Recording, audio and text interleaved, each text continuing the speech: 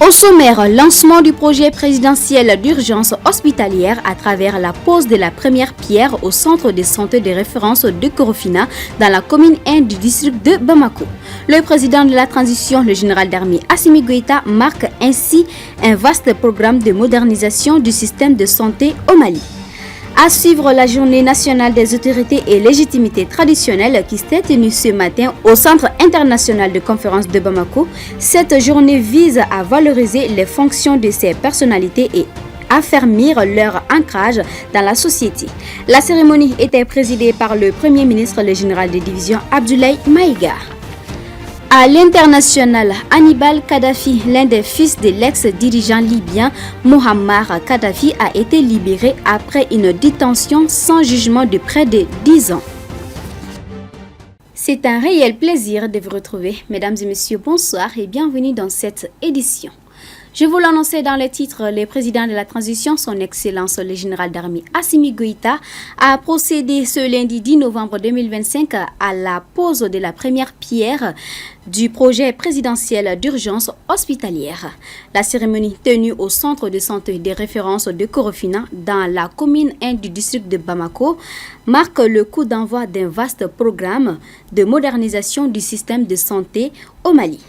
L'événement s'est déroulé en présence du Premier ministre, du président du CNT, de nombreux membres du gouvernement, ainsi que des diplomates et des partenaires du Mali.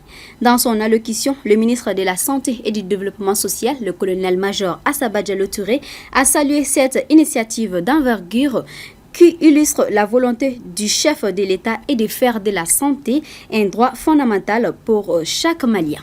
Suivons. Permettez-moi, avant tout propos, d'adresser mes vifs remerciements et ma reconnaissance les plus sincères au nom de toute la population malienne à son Excellence le général d'armée Assimi Goïta, président de la transition, chef de l'État, à l'occasion de la pose de la première pierre dans le cadre du lancement du projet présidentiel d'urgence des 15 hôpitaux du Mali. Cet instant solennel marque une étape majeure dans la mise en œuvre de la politique nationale de la santé publique de notre pays. La santé est un droit fondamental et une priorité du gouvernement. Son Excellence le général d'armée Assimi Goïta, président de la transition, chef de l'État, a placé au cœur de ses actions la prise en compte des préoccupations de la population malienne. C'est ainsi, en réponse aux recommandations pertinentes issues des États généraux de la santé tenus en décembre 2024, qu'un accent particulier a été mis sur l'accessibilité et l'amélioration de la qualité des services de santé. Distingués invités, qu'il me soit permis de lui exprimer ma profonde gratitude pour son soutien inlassable à la santé et au développement social. Aujourd'hui s'ouvre un nouveau chapitre de la volonté immense de son Excellence le général Assimi Goïta dans la réalisation d'infrastructures modernes ainsi que le renforcement continu du système de santé du Mali. Mesdames, Messieurs, ces dernières années, nous avons été témoins de l'impact considérable des efforts entrepris pour l'amélioration des conditions de travail à tous les niveaux, tant au niveau national qu'au niveau déconcentré.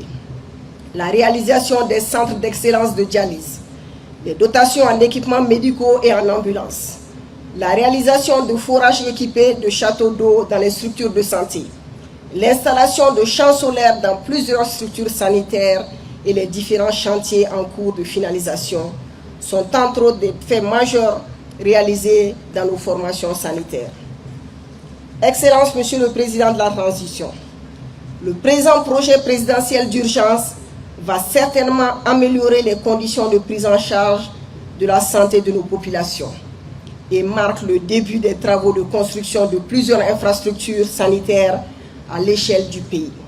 Il s'agit de transformer les centres de référence des arrondissements de Bamako en hôpitaux de district, de construire de nouveaux hôpitaux de district à Bla et à Kangaba, de réaliser des hôpitaux régionaux dans les régions de San, Kouchala, Bougouni, Djoila, Nioro du Sahel, Banyangara et Koulikoro.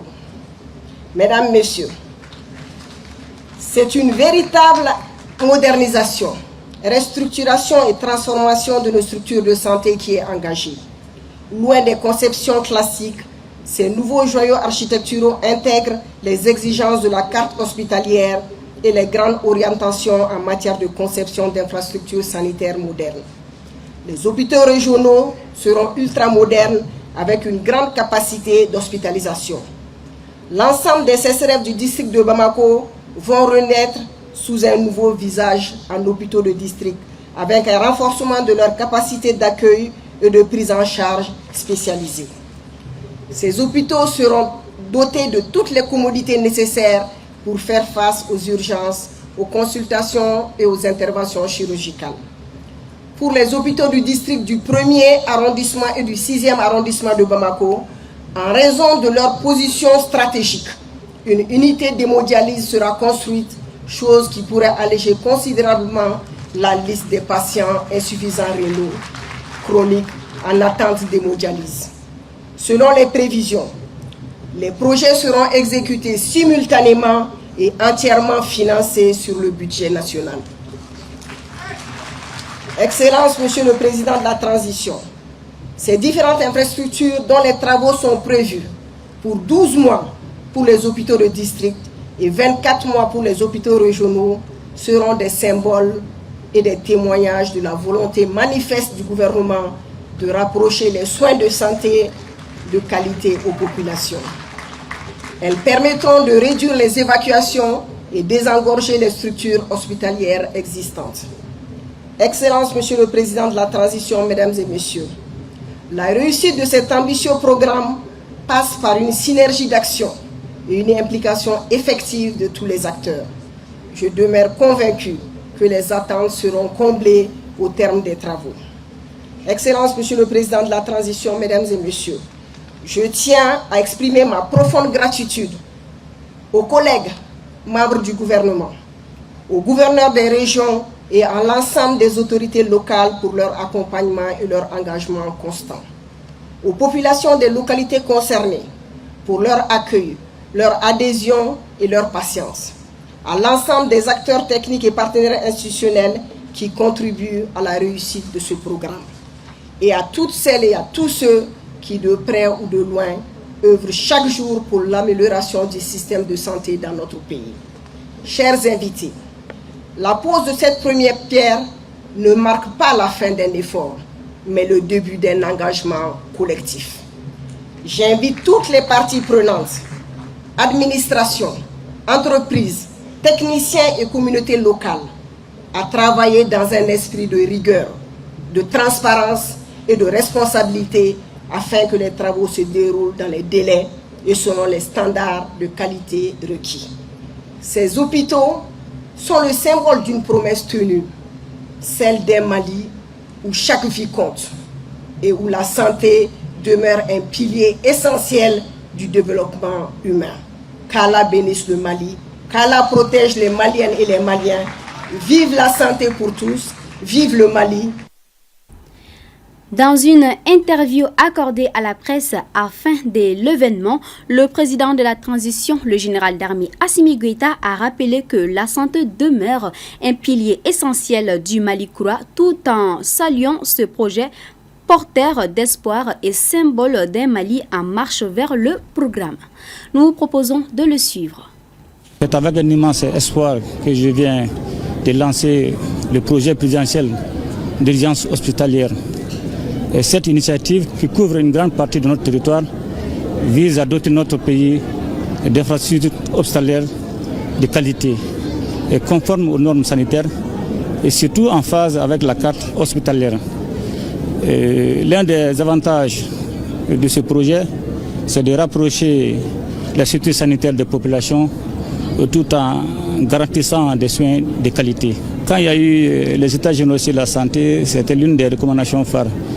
Donc je pense qu'aujourd'hui c'est une réalité et nous ne pouvons que féliciter l'ensemble des acteurs qui ont contribué à la réalisation de ces différents projets. Ce projet ambitieux comporte 15 sites et surtout s'articule autour de 3 volets. Le premier volet concerne la transformation des CCRF de cet arrondissement en hôpitaux de district. Et le deuxième volet va concerner la construction de nouveaux hôpitaux de district à travers le pays. Et le troisième volet, évidemment, va concerner la réalisation d'hôpitaux régionaux. Et ce projet phare, aujourd'hui, est entièrement financé par le budget national. Et ces infrastructures seront dotées d'équipements de dernière génération. C'est le minimum que nous pouvons offrir à nos populations. Et toute activité dépend de la santé. Et quand vous n'êtes pas en bonne santé, ça sera difficile d'atteindre les objectifs que nous nous sommes fixés pour l'avènement du Mali Koura. Donc je pense qu'aujourd'hui c'est le minimum que nous devons apporter à nos populations. D'abord la santé, et la santé c'est un droit, c'est une obligation. Et je pense qu'avec la mise en place de ces différentes infrastructures, nous pourrons vraiment compter sur l'avenir de nos populations en termes d'engagement et en termes de rentabilité. Et à cela, je voudrais inviter Madame le ministre de la Santé et du Développement social à veiller à la continuité du service public et pendant la durée de la construction et surtout de veiller au respect du délai contractuel avec les entreprises. Autre titre de ce journal, le Centre international de conférence de Bamako a abrité ce mardi 11 novembre la 4e édition de la Journée nationale des autorités et légitimités traditionnelles du Mali. Cette édition 2025 est placée sous le thème Rôle et responsabilité des autorités et légitimités traditionnelles dans la construction du Mali d'Inkoura. La cérémonie était présidée par le Premier ministre, le général de division Abdoulaye Maïga, en présence des membres du gouvernement des légitimités traditionnelles du Niger et du Burkina Faso. Était également présent au présidium le patriarche à Bamako. La cérémonie riche en couleurs et digne des grands jours était ponctuée de plusieurs discours. Suivant Bourama Soumano, porte-parole des patriarches de Bamako, au micro de Cheikh Tidiane Traoré et Ali Traoré. Les chefs religieuses coutumières. Une journée qui demande une grande réflexion et qui demande des résolutions à la sortie de la journée. La crise multidimensionnelle à laquelle le Mali est confronté aujourd'hui interpelle chaque fille et fils du Mali. Donc à travers cette journée, on doit s'interroger, interroger l'histoire et puis afin de trouver une solution, afin de faire face à la crise. J'interpelle les autorités et légitimités traditionnelles quand même à redoubler d'efforts.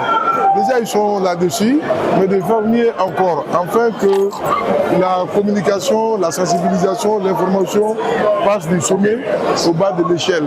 Il faut que chacun soit à la même longueur d'onde, il faut qu'on se sensibilise afin de faire face aux défis que nul n'est censé ignorer aujourd'hui. Donc c'est un appel que je lance à l'endroit de chaque Malien, de se donner la main, de s'écouter, de se parler, de se pardonner et de faire face aux défis. Le Premier ministre, le général de division Abdoulaye Maïga, dira dans son discours que le thème de cette édition est en parfaite adéquation avec la vision du chef de l'État, une vision portée par le Mali Koura Tassiraka Ben Samba Flani Bioro Anisaba. Nous proposons de suivre le Premier ministre toujours au micro de Cheikh Tidiane Traoré et Ali Traoré. Cet événement qui nous réunit aujourd'hui revêt une signification toute particulière car il s'inscrit dans la vision du président de la transition, chef de l'État, de faire de notre pays un Mali pacifié, bien gouverné, ancré dans ses valeurs ancestrales. Cette vision est portée par le Mali Koura Nyatasira Akaben Samba Flani Bioroni Sabama de la stratégie nationale pour l'émergence et le développement durable 2024-2033. En plaçant nos valeurs ancestrales au cœur des priorités de la transition, le chef de l'État a voulu réaffirmer la reconnaissance par l'État du rôle central des autorités et légitimités traditionnelles dans la refondation de notre pays, sur laquelle est bâti entre autres le plan d'action du gouvernement en 2025-2026. L'institution de cette journée par le décret numéro 2022-0128-PTRM du 4 mars 2022 est la parfaite illustration de la volonté du chef de l'État de rendre un bel hommage aux autorités et légitimités traditionnelles pour leur contribution significative à la paix, la cohésion sociale et au développement de notre pays. La présente journée contribue à soutenir le processus de refondation de l'État à travers la densification de notre système de gouvernance, la promotion du dialogue des cultures, la paix, le vivre ensemble et la cohésion sociale. Sur un tout autre plan, le directeur général des impôts à la rencontre du personnel des directions et centres d'impôts du district de Bamako et Kati. Cette rencontre vise à trouver les voies et moyens pour améliorer les recettes et saluer les agents pour leur participation aux efforts du gouvernement. Le directeur général des impôts a également saisi cette opportunité pour évaluer l'état des mises en œuvre des dernières recommandations. Suivant Amadou Dianka Fall, directeur général des impôts. On nous a fixé un objectif dans la loi des finances que nous devrons atteindre forcément au 31 décembre. Ces objectifs de recettes sont liés des dépenses aussi de l'État. Et pour mobiliser le maximum de ressources, il faut trouver des agents engagés. Et c'est pourquoi nous sommes venus auprès de vous, pour vous dire qu'on s'était engagé pour pouvoir atteindre ces objectifs-là. Nous vous encourageons dans ce sens-là, puisque chacun a un rôle à jouer. L'administration dans son ensemble a un rôle de coordination. Et les services de production ont un rôle de mobilisation. L'un dans l'autre, nous pouvons vraiment relever les défis. Et aujourd'hui, le défi est immense, il est réel. C'est un défi de mobilisation des ressources pour toutes les dépenses que nous connaissons pour l'État. C'est aussi le lien de vous féliciter par rapport à tout ce que vous avez pu faire depuis ces assises-là. Puisque déjà, les mois témoins, c'était le mois de septembre, nous avons vu vraiment l'évolution par rapport aux engagements qui ont été tenus.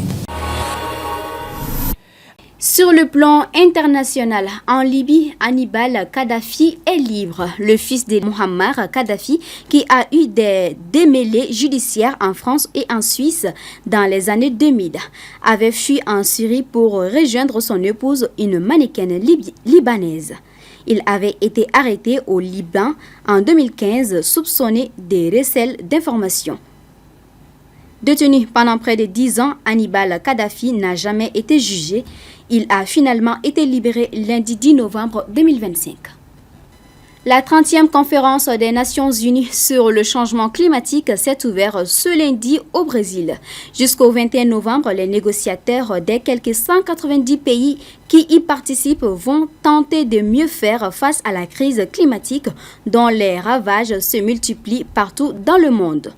La tâche s'annonce toutefois délicate en raison d'un contexte international qui plombe déjà les discussions. Sport pour boucler ce journal. La commune 1 est la championne de la 4e édition du tournoi intercommunal organisé par BET 223. Elle a emporté la finale face à la commune 6 par le score de 5 buts à 4. Après 0-0 en temps réglementaire dimanche 9 novembre 2025 au terrain Chaba de Lafiabougou dans la commune 4 du district de Bamako. Avec cette victoire, le vainqueur du tournoi a empoché 1 million de francs CFA, le deuxième 500 000 francs CFA et le troisième 250 000 francs CFA. En plus de ces prix, le meilleur buteur Abdoulaye Djila, meilleur joueur Moriba Diarra, meilleur gardien Ibrahim Meïté et l'homme du match de chaque rencontre ont été récompensés. Écoutons respectivement Moriba Diarra, meilleur joueur du tournoi, et Mohamed Koulibaly, représentant du directeur de BET 223 au micro de Bala Kamara et Ali Traoré. Je suis très content pour notre travail. On a bien travaillé et on mérite le trophée. Bon, on est venu avec l'esprit de remporter cette coupe et on a fait. Bon, je suis content. Bon, je salue toutes les personnes de BET 223 qui ont organisé cette coupe. Je suis très content pour eux parce que ça nous permet de nous faire voir. La compétition a très bien commencé le 4 octobre. Aujourd'hui, le 9, ça prend fin. Tout le monde a la joie. Beaucoup de trophées, beaucoup d'enveloppes. Tout le monde retourne aussi très content, on est tous heureux. Et tout le monde, je tenais vraiment à remercier toute la communauté de la commune 4. désolé, hein, c'est un chaud au cœur parce que voir un événement qui prend fin, c'était bien. Du début jusqu'à la fin, j'ai un sentiment de joie, de reconnaissance envers le district, de toutes les communes et vivement les prochaines émissions. L'objectif de BET 223, soutenir la jeunesse dans le divertissement, soutenir la jeunesse dans la culture. Où est-ce que la jeunesse se trouve BET 223 hier? Chers téléspectateurs, nous sommes au terme de cette édition. Merci à vous de l'avoir suivi. Au plaisir de vous retrouver très prochainement sur Maliba TV 1.